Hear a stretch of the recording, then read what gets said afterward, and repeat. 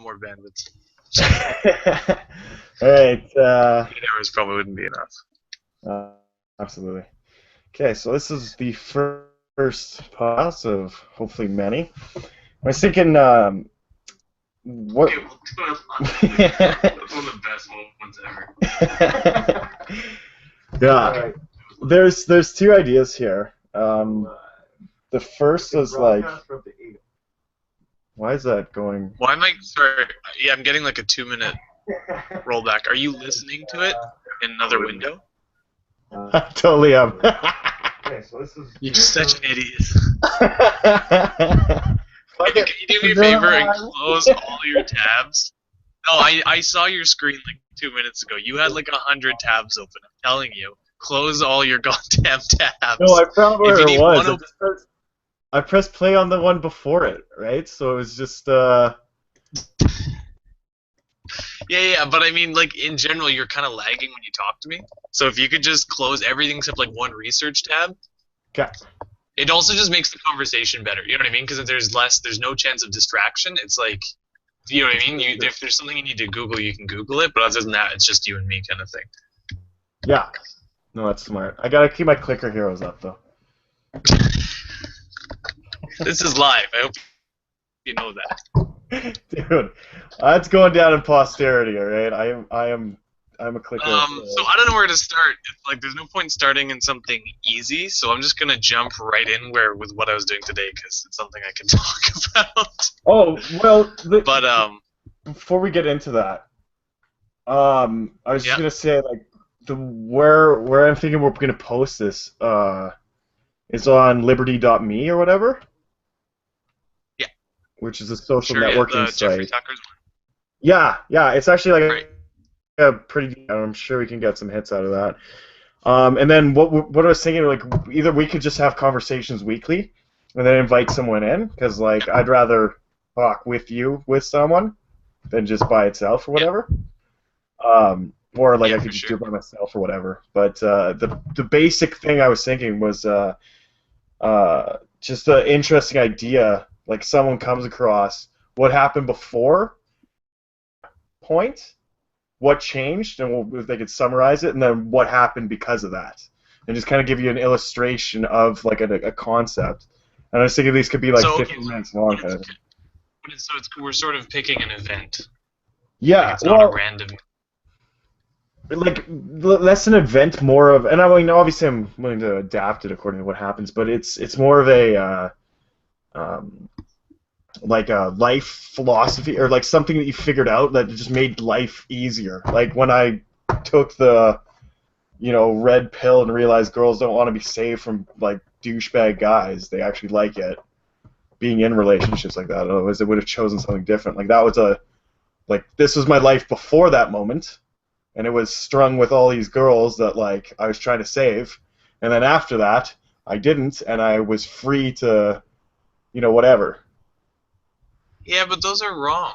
So that's my problem with that. What? I think they're false. I don't. I no longer believe in epiphanies. This is off This to can a be great start. our topic right now if you want, but I no longer believe in epiphanies, and I don't believe you don't have them. I think you have them, and I think, how do I put it? I think they are powerful feelings, and I think they're powerful experiences that can open the door to something if you want, but they are not a conveyor belt. They're just a doorway. When you have an epiphany, I don't think you're transported into a land of milk and honey. I think the door opens and you can see where it is. Right? I think that's what an epiphany does for you. I don't think it's meaningless, but I think I have a big problem with that feeling that we get. And that's actually the guy I was talking to today, or I'm still talking to, was the guy who gave the TED Talk on why TED Talks are meaningless. Oh, I wanted to see that. Yeah, it's definitely worth watching. But yeah, he's the guy. I emailed him just because he's really interesting. I watched a couple of other videos. I just emailed him to talk to him because he's interesting, and I want to convert him to an anarchist.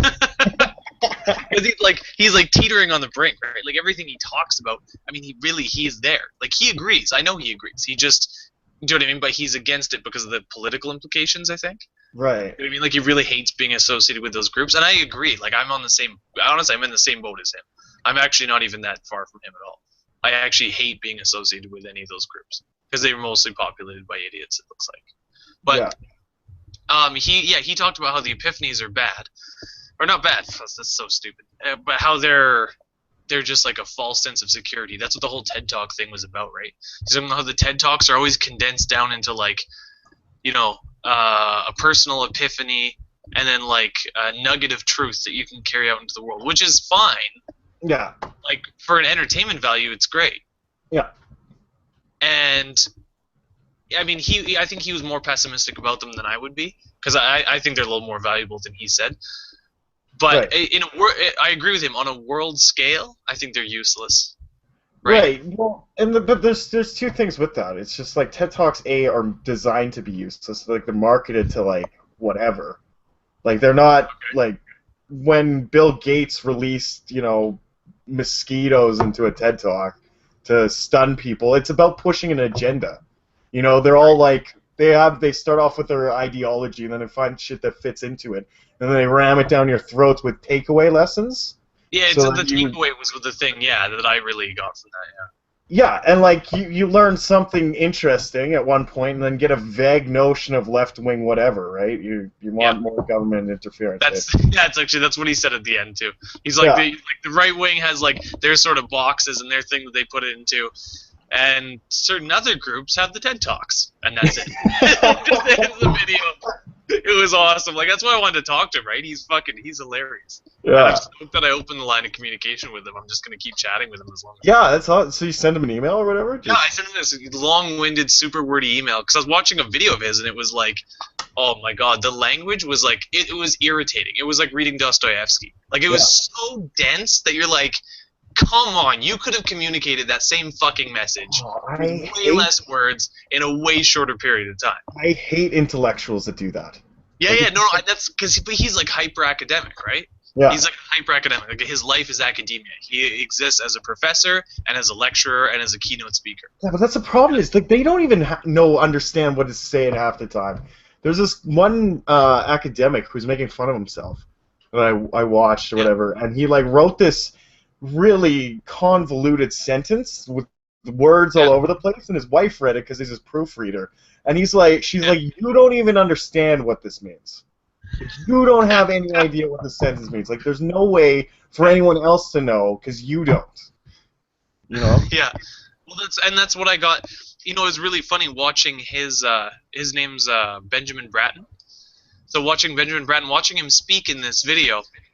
And he's doing his really sort of long, drawn-out presentation. And obviously, I think there's a ton of incredibly valuable forefront ideas in it. So, like, I enjoy it. But at the same time, I thought it was, like, so dense and so over-obfuscated. Now, I think it's twofold, though. I think he was doing it purposefully because he's trying to push new ground. He's trying to push people into a way where they stop viewing technology in the old paradigms of how do we control this from a government standpoint, or how is this a thing for my personal freedom from the opposite of government standpoint, right? He's like, and it's not that it contains neither of those elements. It's just he's trying to push it into a place where and this is what that's why I'm so excited. I've been discussing the same ideas with you, right, for ages, about talking about how we can create a new type of infrastructure and communication that is not, it literally doesn't fit into the old methods of thinking in a lot of ways. Right? Because like, and the thing he was talking about is where the line between human and technology starts to blur, and then understanding the realm of personal ownership, and then like when you become an entity that's much bigger than yourself, you know what I mean, and then viewing how that interacts and what that entity is, kind of thing, is really cool stuff. But watching him speak, he goes on and on and on. And he says, I'm a writer, and this is my format. And then he reads out that huge, like, hour-long or half-hour freaking speech. And I was like, man, you are not a writer. You're a speaker. Because 5 minutes afterwards, someone asks him a question, and he gives an awesome answer. Like, they ask him, like, a direct question that was something kind of what I was thinking, something about, voluntarism, or I don't know, or something about technology. And he answers, and he just gives, like pretty much a straight answer. Like, still wordy, he's an academic, but, like, it's a straight, intelligent, to the point answer. He's like, well, I think it's this and this, but I don't actually know the answer, and I'm basically building a framework where we can start to discover that exact answer that you're talking about, right? Like it was like a direct, succinct answer, even though he didn't know. You know what I mean? Like it made perfect sense. Yeah. And even in his email to me just now, it was a perfect example. He said, hey, sorry for the quick response. I'm just on the run right now, right? That's how he prefaced his email. Yeah. And then gives an incredibly to the point, intelligent, and succinct description of his viewpoint on anarchy and why he thinks the way he does about it. Right? And I'm like, you're not a writer, bro. You're supposed to be talking. Yeah. By writing, and this is my argument, is that by writing, academics, and I watched, friends with this, my sister with this, I helped her with her UT papers and shit all throughout university, just, proofreading and doing all that kind of shit with her. Oh my god, they're just encouraged to go on verbosely. Like, to just say stuff. And there's no real vetting process. No, but Gavin, you gotta understand that's the whole reason why universities were set up, was to get higher ideas, right? So, you need to have that, especially in this day and age where we have the internet or whatever, you still need a gap to convince people that you need a education from university. Right, yeah. Otherwise, you're not going to understand this whole thing. Yeah, there's still a gap between the mainstream society and what they understand. Yeah, no, that's a great point. That makes me think it's sort of twofold. There's deliberately doing it because we want our institution to be prestigious, which, when you consider the origins of university just in terms of time and stuff, I mean, of course, it's gone back thousands of years in lots of ways, but even modern university, the origins and aristocracy and stuff, it's not a huge leap to think that they're trying to use language that keeps out the other people, right? So, obviously that's been, the de facto method for universities. And the second one is, I think, I argued to Kayla, it's about the price mechanism, right? The fundamental failing of academia and of most government stuff, aside from the force, is the lack of a price mechanism, the lack of feedback mechanism, right? Government programs, if somehow, and of course this is a contradiction, but if somehow they could get their funding through stealing and still have a price feedback mechanism, obviously that's impossible. It's a square circle. But, you know what I mean? A huge problem is because there's no feedback, you can't ever bring it down. Right? If you went to a board meeting or to a company and you're trying to pitch an idea and you use the language that you use in academia, you'd be fucking laughed out of there. You ramble on these run-on sentences in 10 different directions at once with no fucking no purpose and no vision and no tunneling and closure and directness.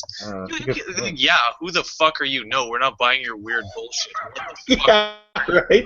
I have no ability to understand this. This provides no valuable to anyone ever. Yeah.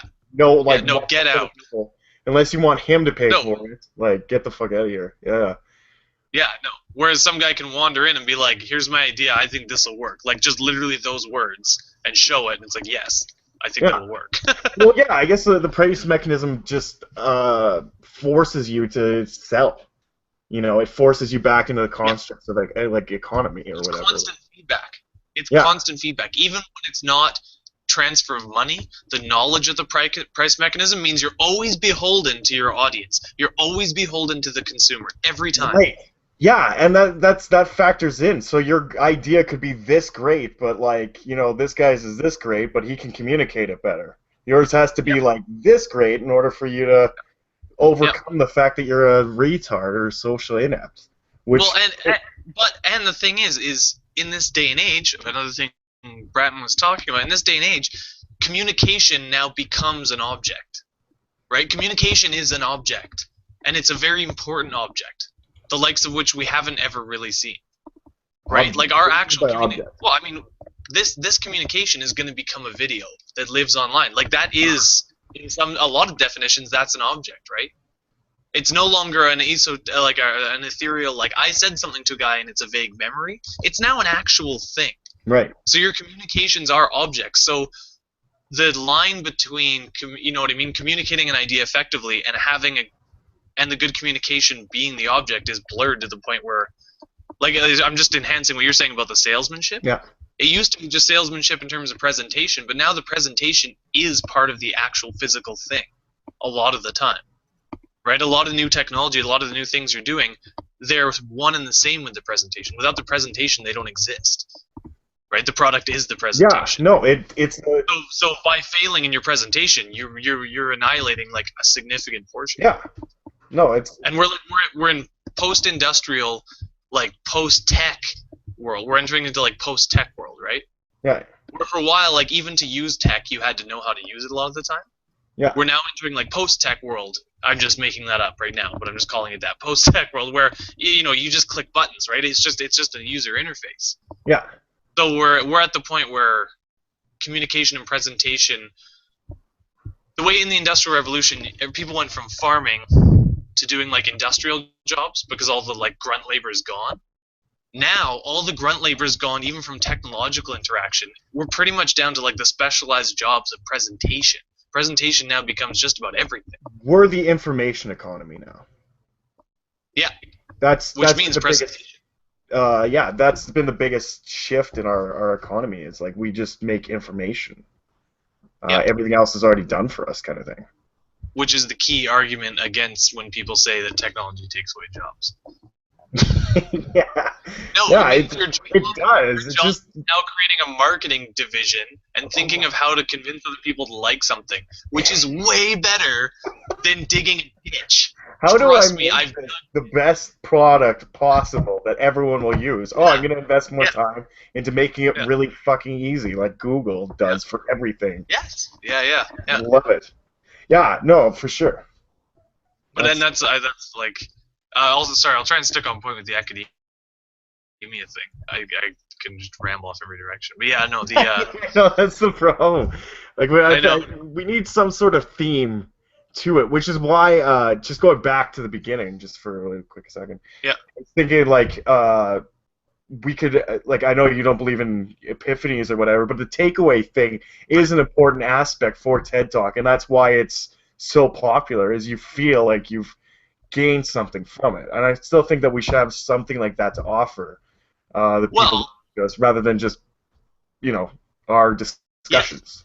No, yes, I agree, and I mean that's like that is the normal presentation method for everything ever, right? It has always been introduction, body, conclusion, right? And that's all it is, really. That's all it is. A conclusion is the takeaway, right? You get the abstract, whatever.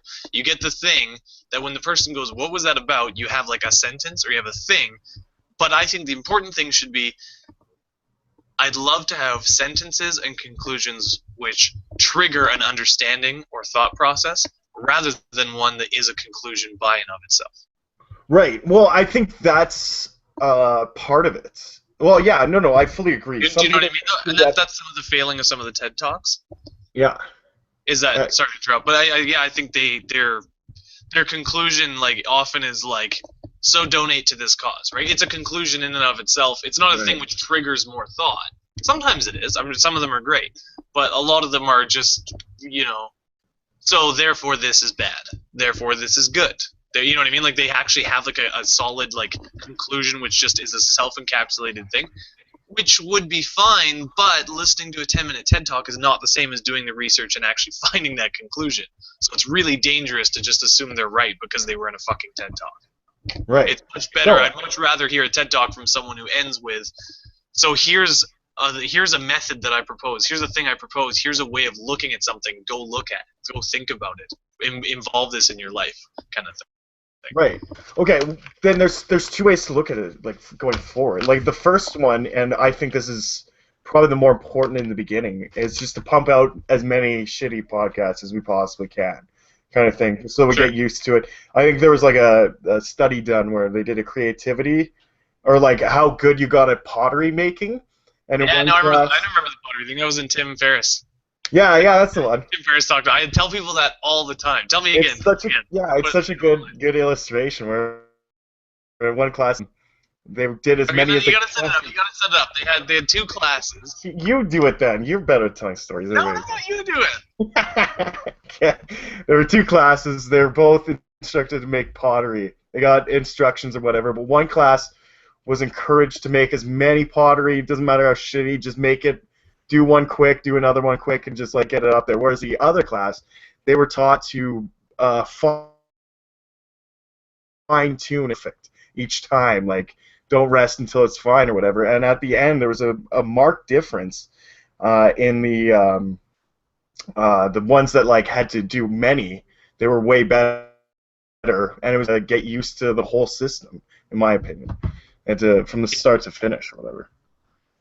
Yeah, the Did learning curve is much less. Hey?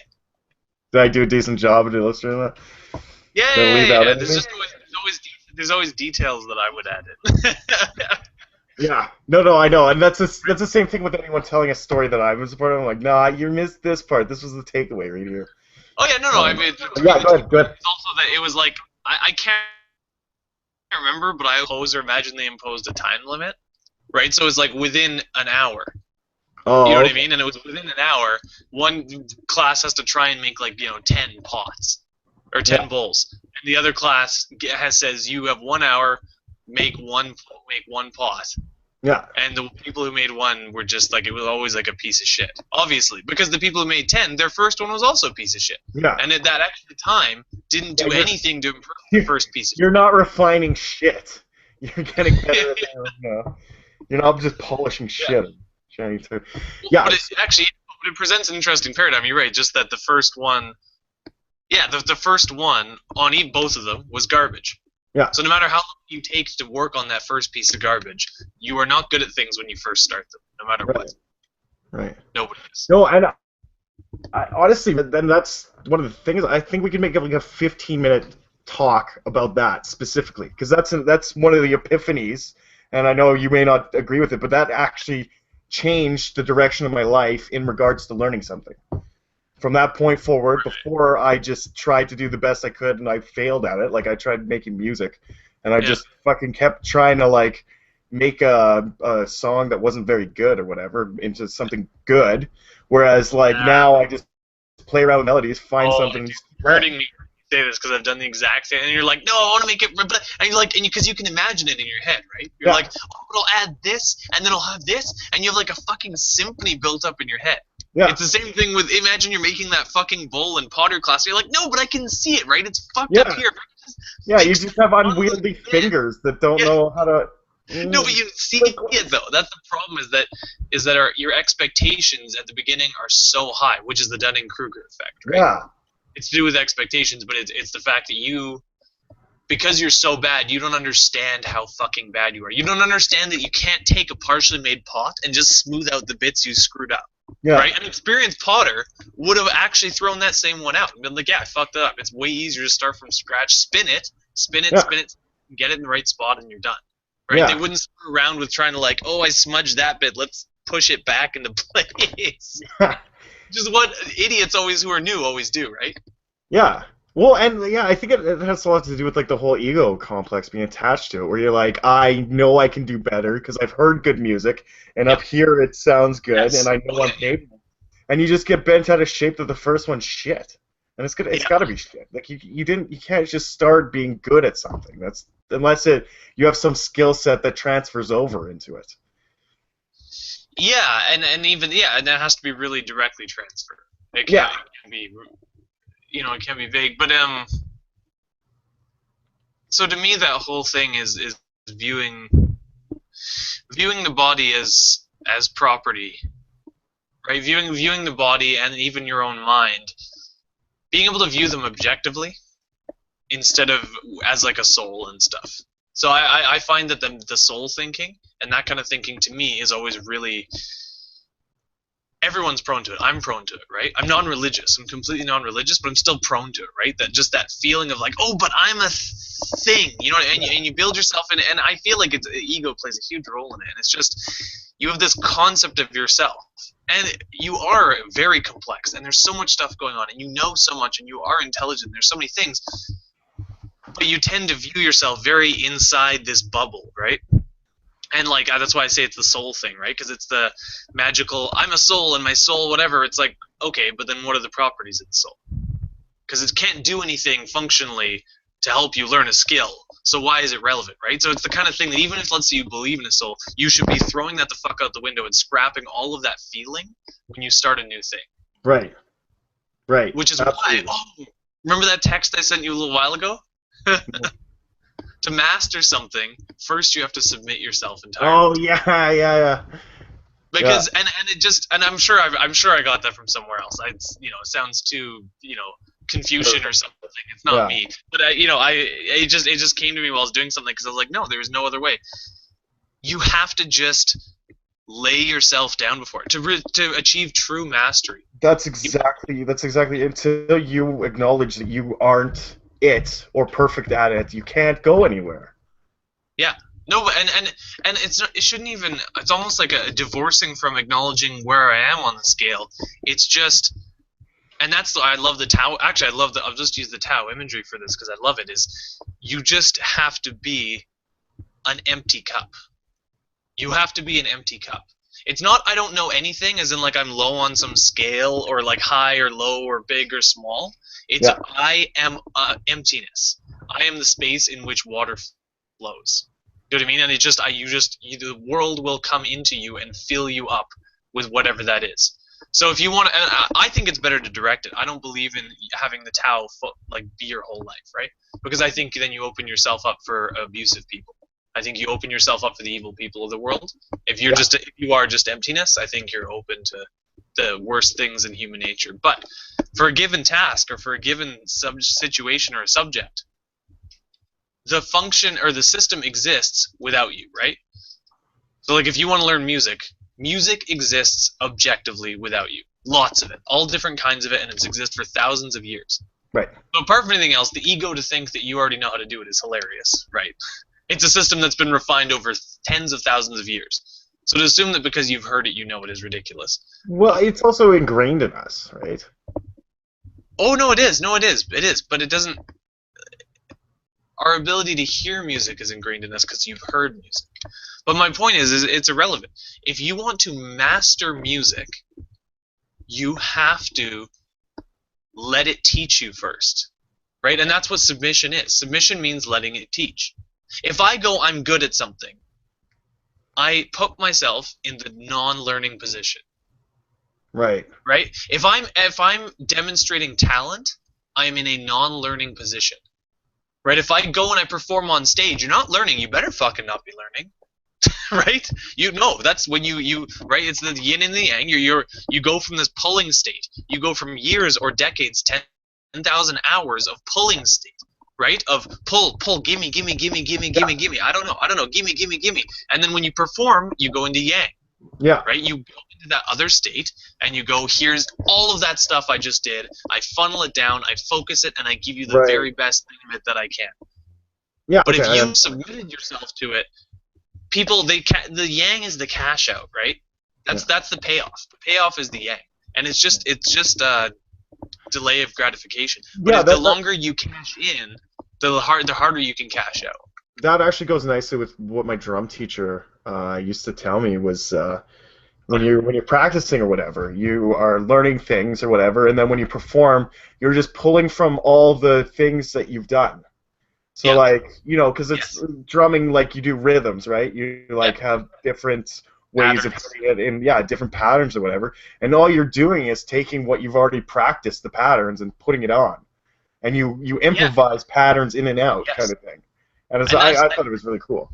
Well, absolutely, and that's the ego killer one, right? That's the thing that makes the ego killer for so many people, and for me and for everyone. Is just everyone wants to be like, oh, I improvised, I made up this thing, right? I did such and such.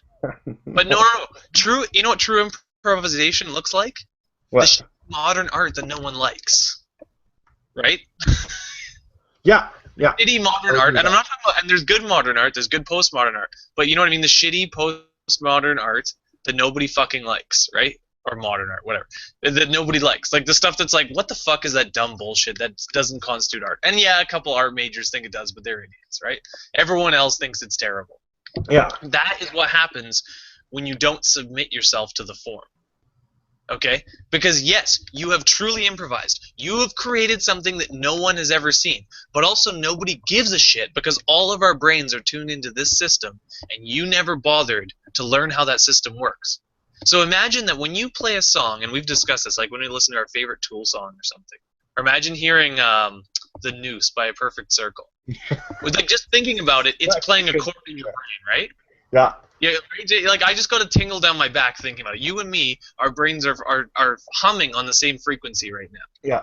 Right, we're hearing that song, that chord. Maynard from fucking 20 years back in time just played a chord at the exact same time in both of us. Yeah. Now the way he did that isn't by being a perfect, truly original innovator or like inventor at all.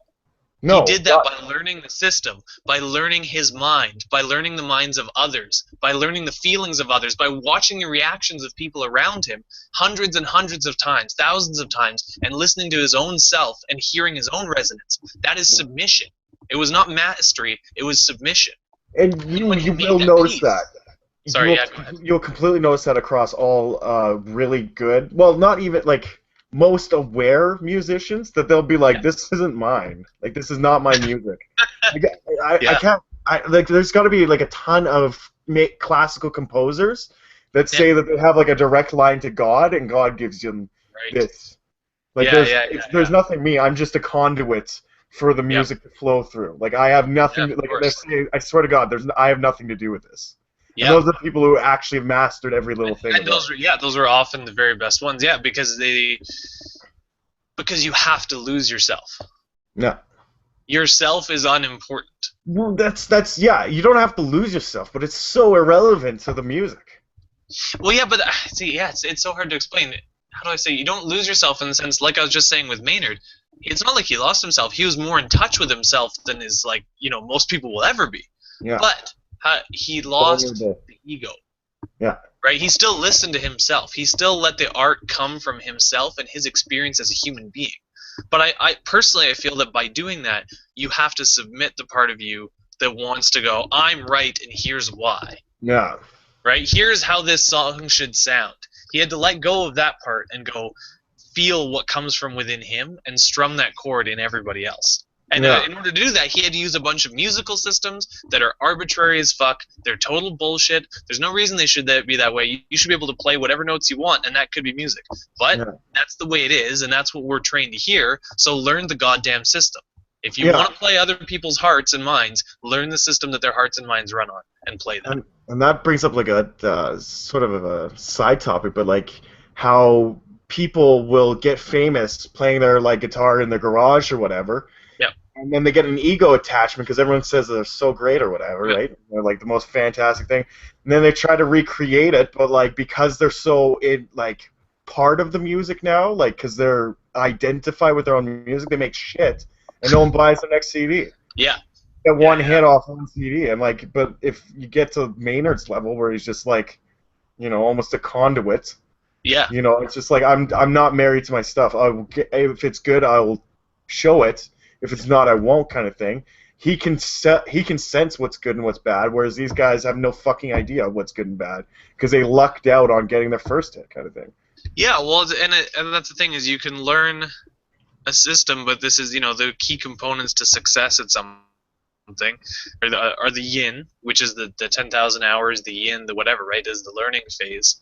Yeah. Learning a system that's not your own. You can't create the system. You can't tell the system how it should work. Shut the fuck up and learn exactly how it works. You can innovate later once you know how it works, right? So it's the yin, putting in the ton of work, and then it's harnessing the horse you're riding. You're riding your subconscious horse. The majority of your brain, like the analogy I've used before, your prefrontal cortex is like a rider on a horse, and you of this massive, literally horsepower, like a big fucking burly beast that can run through stuff and jump over stuff, and it's just like you're kind of a joke compared to it. Like if you stood up in front of it, it would just crush you, right? But if you ride it and where you're peacefully at one with it, it'll do exactly what you want and even do things you didn't quite expect, right? It'll literally do things for you. It'll keep you out of danger you didn't know existed. So if you harness that horsepower, in addition to learning the systems outside of yourself. Now, I think what you just said, like imagining the Justin Bieber, the basement hero, who's good, but then, maybe... Well, actually, he reached a ton of success anyway, but maybe they fizzle out or whatever, right? Yeah. I think they fizzle out because they don't harness that horse. I think they don't harness their own subconscious properly. I think they learn a lot of skills, and they tapped into something at some point just because when they're in their basement, they just forget about everything and just play what comes to mind, which is the horse just being free and running around. But when you get to a higher level, you need to be able to harness it directly and control it. or Right. like guided into the right direction, and they don't have that because they get dragged out of their basement by some hotshot producer. Well, They get a yeah, bunch that's of the coke. thing. They just get so overwhelmed in their sense of self. I think it's Yeah. a fundamental rule that when you get famous, like the biggest thing you have to compete with is your own ego, kind of thing. Like you're locked away, um, trying to live up to this expectation that the whole world has for you. Because like you got to remember, these are just normal human beings, and some of them were really young and didn't have a sense of identity. Like I barely have a sense of identity. If I was given power like a year ago, it probably would have gone straight to my head, and I would have been a completely different person. Always trying to measure up to what people thought of me and keeping Yeah. that alive, because that'd be my money maker. That'd be my defense. Whereas now, if I get it, and I mean, hopefully, I'd be able to. Combat it, thinking that I'm still who I am and still have a sense of identity based off that. Yeah, and I think this is the part that's confusing for me, but with the delay of gratification, everything is what goals those are based on. Because when people do it, it's often out of good habit and training, which is fantastic, which is a great argument for raising kids properly, right? Delaying gratification, not being impatient, not being quick to anger, displaying all those attributes for kids is what helps them have delayed gratification ability.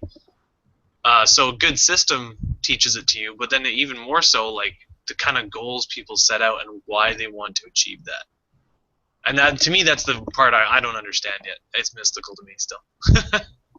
Right. Right? Like I don't. It's hard to understand exactly because the goals always seem very fleeting, right? They always seem like things that are kind of neither here nor there.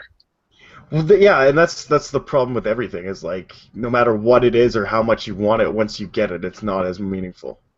Yeah, exactly, right? Which is why I just kind of feel like those goals The- are really strange sometimes because it's You almost need to have like a flow state to get those Yeah. goals.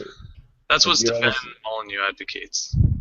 Yeah. But that's what he advocates with his personal ambition. That's what he talks about. Basically, just about just keep going, and then when you get there, you're gonna want more. So then go for more. Yeah. And that's But, never attach yourself to one destination because it's the stupidest thing in the world. yeah. Getting to that. Okay, Yeah. sorry. Just to not to cut this whole thing short, but no, I'm not cutting anything short. Just to go back to my original thought, because this was coming to me while we were talking about this. Instead of having people on, do you just want to have a themed talk? Because like throughout this whole thing, I'm like, oh my god, we could talk about music for an hour. We could talk about, the Gamergate. What our thoughts are on that? Like a million and a half things. We could talk about like the principles of sleep. What? Yeah. Is there a drawing and writing interaction we can have on this at the same time? You know what? Ooh, there's chat. But Yeah, okay, because I'd love to have a little notepad up that we can both look at. Because I'd like to make sort of basically 5 talking points or something, all on a theme, and then stick to those. Because I think that's our biggest problem, right? yeah, like Because you and me just sit and shoot the shit for fucking 10 hours at a time. And neither of us has any problem at all. no, that's We keep going infinitely. yeah.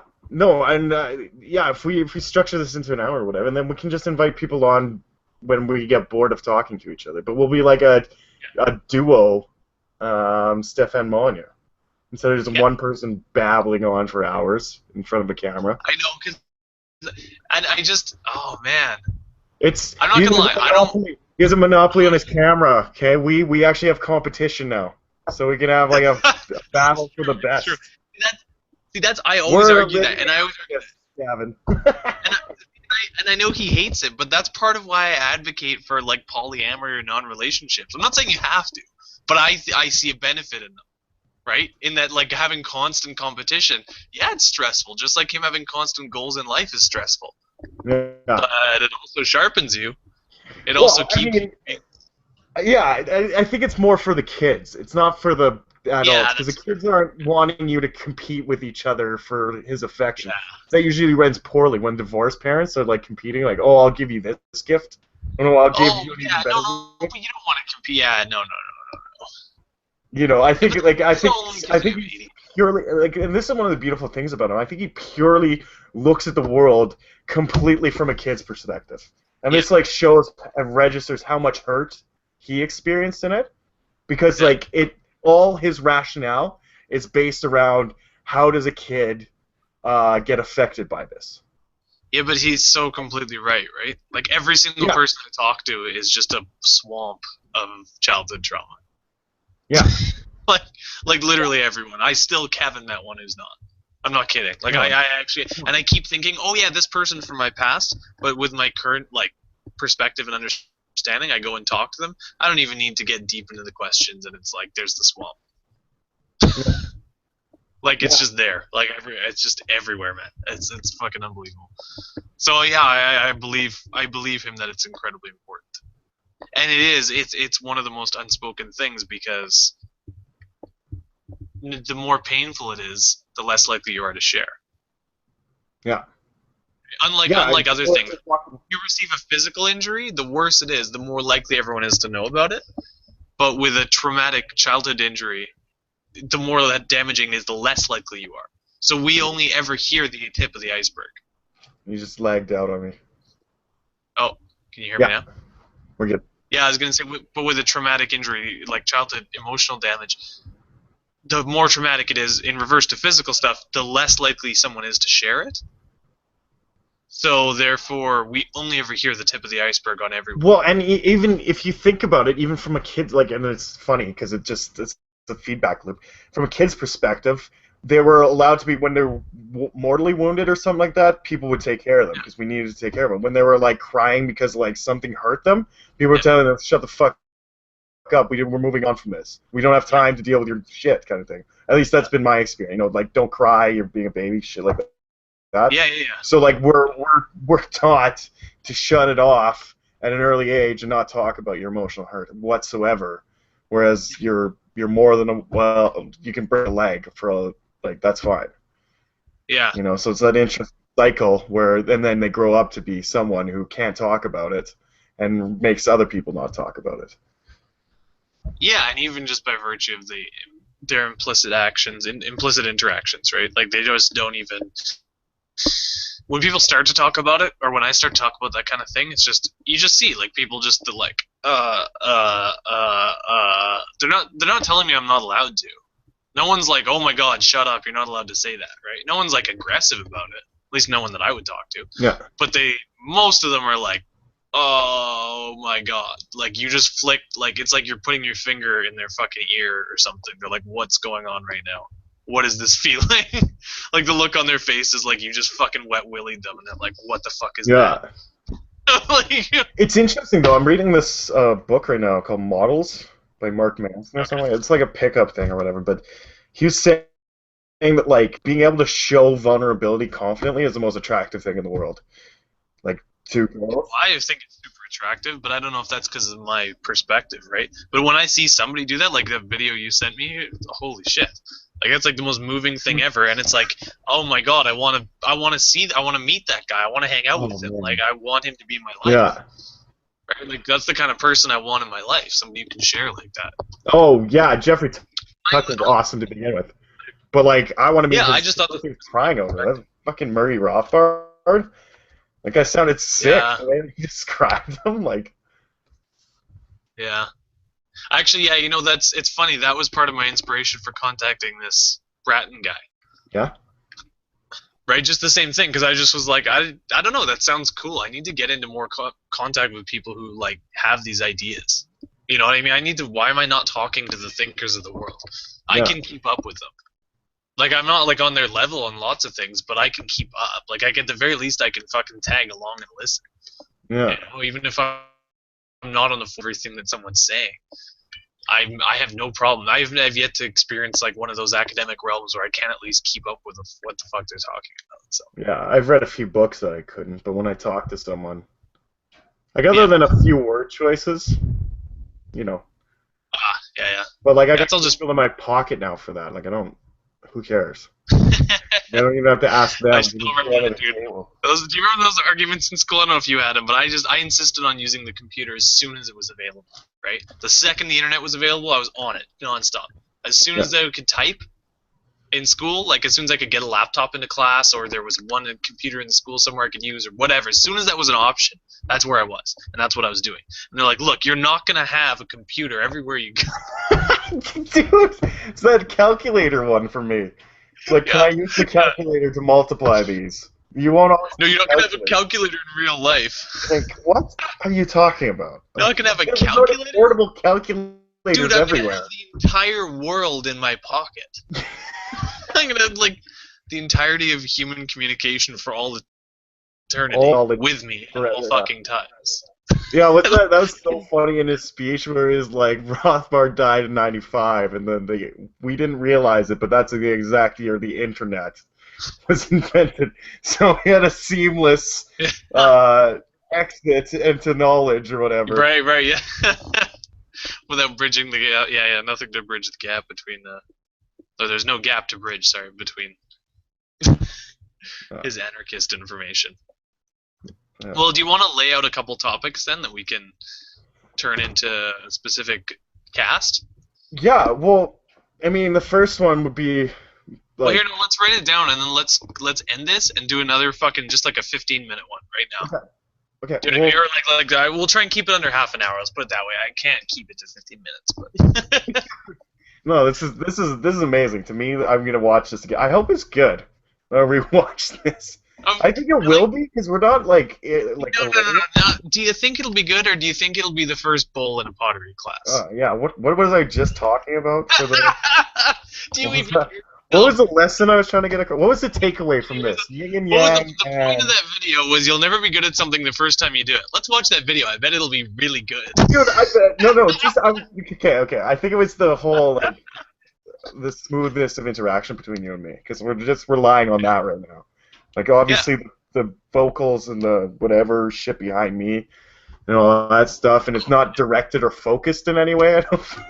Oh no, there's those details, but no. More important, the way more important thing, dude. People will like the backdrop behind you is fine. Like, it doesn't matter. I don't think that shit matters at all. When I'm watching a YouTube video, it's funny. Like people like Stefan, he's always like self-conscious. He's like, oh yeah, I'm in this white room, and he always like talks about it like it matters. And I'm like, dude, you could be doing this like in a submarine. I don't. No, I'm not actually staring at you while you talk. I'm doing. No, and even when I am, I don't give it. You could be doing this with like the fucking Ewan Dobson green screen, right? The samurai hat guy with the fucking lightning bolts. Like, I don't give a shit. It's what you're saying that I want to hear, and I don't think I'm alone in that. That's not just me. I think like people like presentation, but it's not.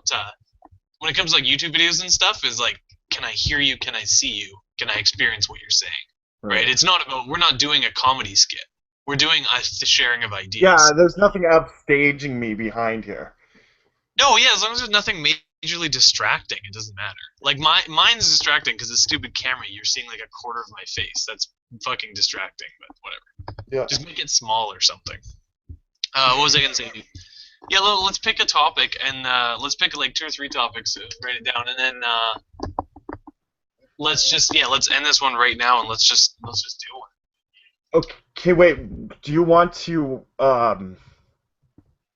well, you know what? I was thinking, like, maybe we could research it. Like, we'll pick a topic at the beginning of the week and then do a podcast at the end so that we can prepare for it. Like, if we're talking about sleep or something like that, we can actually do some, like, research on our own to prepare for it kind of thing. Because, like, it's an important topic, and I know a lot about it. It's just I'm not going to be able to quote anything or give any statistics. Or do we just want to pick... Do we just want to roll off the cuff? That's a good idea. No, that's a good idea for the 15, 20-minute ones, I guess. I'm also a fan of, because I think we should just do both, and because we're capable of both anyway, let's just do the hangout ones too, like what we're doing right now. Is there a timer where we can see how long this has been going on, or not? Oh, shit. That? What? No, I can't see. Let's see here. It's not a big deal. Whatever. We can just look at a clock. But, because I know that's something I'm always dying for, right? When I'm playing video games, when I'm just hanging out at home, when I'm like bored before bed, I don't really like. I want to put on Stefan Molyneux, but I want this. I want to listen to like 2 people that I can just listen to them fucking chat about interesting stuff without having to get like super riled up about anything. Yeah. You know what I mean? Like, I don't want to hear like the story of your enslavement or like fucking police brutality or you know what I mean, or like childhood trauma. Like, I'm okay hearing about it, but like, I don't really want to get into like really emotional stuff because I kind of just want to chill Yeah. and just listen to some good ideas and just sort of keep my brain moving and whatever. And that's what I'm saying. We can do these and do like an hour, 2 hour fucking hangouts. You know, and we just sit down in an evening and just fucking shoot the shit. And because I don't know if there's a huge market, but I know there's a decent market. Think like Internet Aristocrat. Yeah. Yeah. When he does it, and he even says, he's like, look, this isn't like ultra high quality. I'm putting out an hour or two of me talking about something that I'm interested in. That's it. Like, it's not, and I like that model because I love listening to those. And I know other people do too. People love it. Gamers love that. Like, semi-intellectuals, do you know what I mean? People who aren't like strictly into academia but are still interested in this stuff. It's nice to just hear other smart people just talking about cool stuff. Without having to listen to like a straight academic lecture or listening to a total idiot spouting off. Yeah.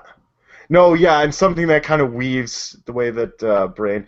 The only thing, and I mean, I have to look at a couple of these, but like I think I like the weaving, but I think no one else will. Okay. They're not like, but I think that's how the brain works, kind of thing. So it might even interest them to go like that, or we should keep it kind of focused, you know, in like this realm. We'll talk about sleep, and then, you know, eating right, and then this, and like combine the two at the end, and, you know, whatever, finish it. I agree. I think talking about health. Now the thing is, from where we're at, the more focus we add, kind of the better at this point. There's not really a limit to how much focus would help us, I think. Right. Did that sentence make sense? Do you know what I'm saying? There's no limit to how much focus we need currently. Right? Oh, like, so we need more. Yeah, I'm saying we need more focus because if we make like 5 videos and we don't have any focus, by the 3rd video we're going to be overlapping like 50% of the content. Right. Right? Because all the topics intertwine, right? To me, anarchy is the same as my body, is the same as my politics, is the same as my personal relationships, right? Like, they're all the same thing. Right. So I can talk about like we need a topic to start off with. Well, that's what I mean. Like we'll have a topic to start off. Well, we're gonna have that anyway. That just makes sense. We're gonna have a topic to start off with. You know, but I'm saying on the rambling ones, I think the 15-minute segments or 15, 20-minute, whatever, half hour, whatever the shorter ones are, should be something we research, right? Because then we succinctly describe and talk about something. And I like the idea of doing separate research. That way I can go, well, I found one that says this, and maybe we'll sort of like argue about the sources, or you know what I mean, or just talk about it, kind of thing, right? Right. Like in the 15-minute or the short segments, I want it to be like almost like traditional debate style. Even if we're not necessarily disagreeing, but just you present something, I present something. We figure out whether they have common ground or one of them's invalid or whatever. Right. You know what I mean? And just sort of get some answers, like kind of like a get an answer segment.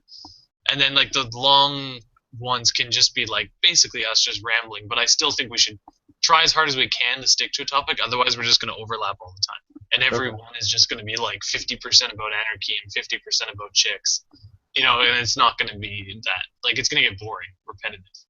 Whereas if we stick to a topic, I can still talk for 2 hours just about diet. Yeah, I have to stay focused on it. Okay. So when do you want to do this? Like, when do you have time to do this? I just took a new job, so I mean, this week's a little different, but starting next week, I'm gonna be working Thursday, Friday, Saturday every week, just at nighttime, and that's like my guaranteed. And then everything else is like arguable on top of that. I take gigs here and there and do fucking. Yeah. Okay. Well, I mean, we can work around it anyway. It's not a big deal. Tons of free time. It's not a big deal. If we sit down for like 15 to an hour every night or every once a week or whatever, whenever we get around to it. Monday, Tuesday nights are the best. Okay. Monday, Tuesday nights are the best. Those are my days that I take care of all this kind of shit. And like again, I wanna do many of these. Yeah, so no, I'm saying let's just keep doing them. If we do a 15-minute video, we'll do one. If not, like, I just like hanging out anyway, so we'll just go and hang out for fucking a couple hours on, and record it. There's no lose. I love talking to you. Yeah, I'm smarter talking to you. I'm part of this. Yeah.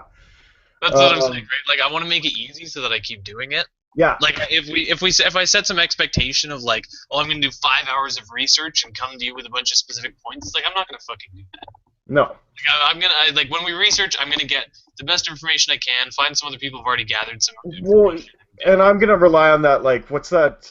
What's that German word for when someone mentions a pink elephant, you always see a pink elephant? Yeah, I don't know what the German word is, but I think that's they have a word for everything, but Schadenfreude. whatever. I was just we're gonna do stuff on sleep, and then I'll just allow my universe to provide it to me through Reddit. What? You were talking out of your ass. What the hell are you saying? Just Is this a secret? Are you trying to sell me on the I will secret right now? I swear to God, Gavin, this is 100% true. I will see more shit on Reddit than I'll ever seen before about. Oh no, you're not the okay. The pink elephants is.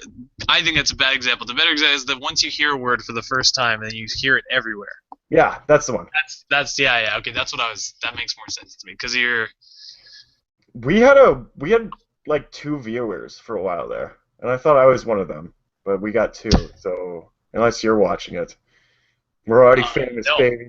Now we're at 0 again, Yeah. but that's because you're boring everyone. So.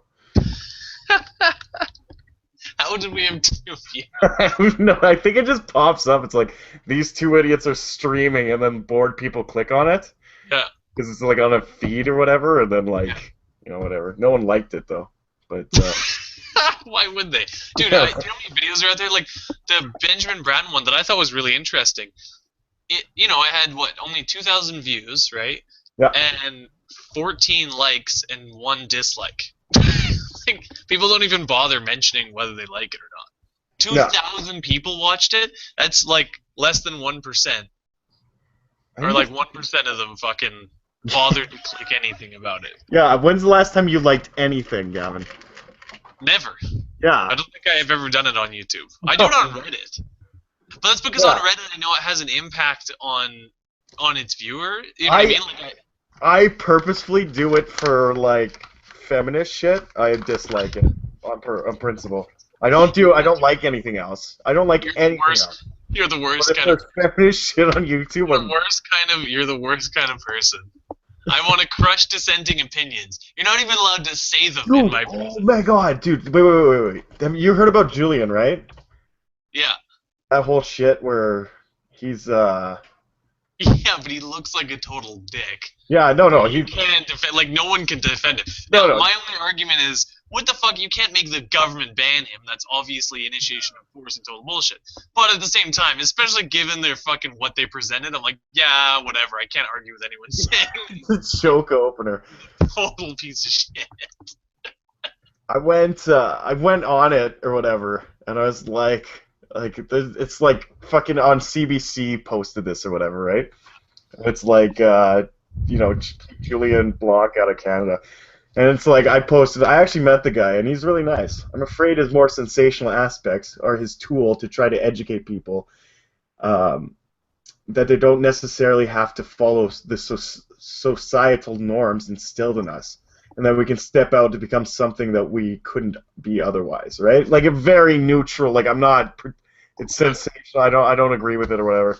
And this girl basically said I'm like rape culture embodied or whatever. Like that was her.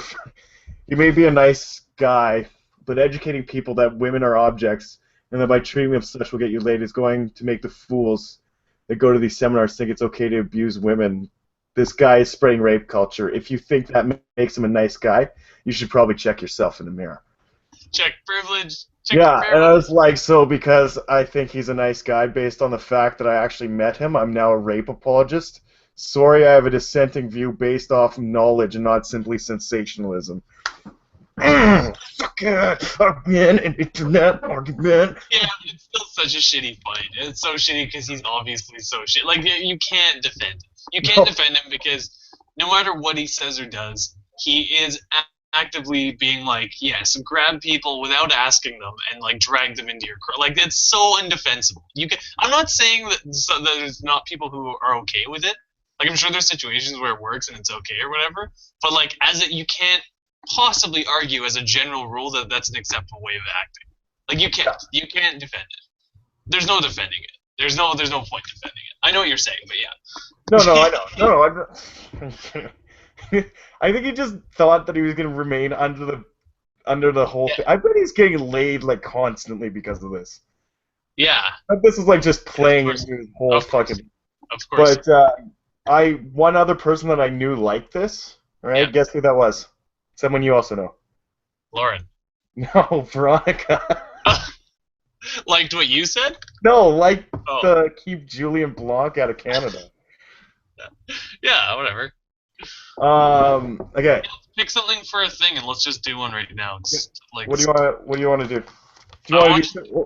We should do a fresh topic because we just talked about music and shit. Yeah, I just want to get in the habit of, even if there's no research on this one, I don't care. I just want to get in the habit of being succinct because we're really bad at that. We need to practice that as much as we can. Yeah, absolutely. Okay, what do you want to talk about? Okay, I'm just gonna stop this broadcast because I think that's enough. Okay. Yeah.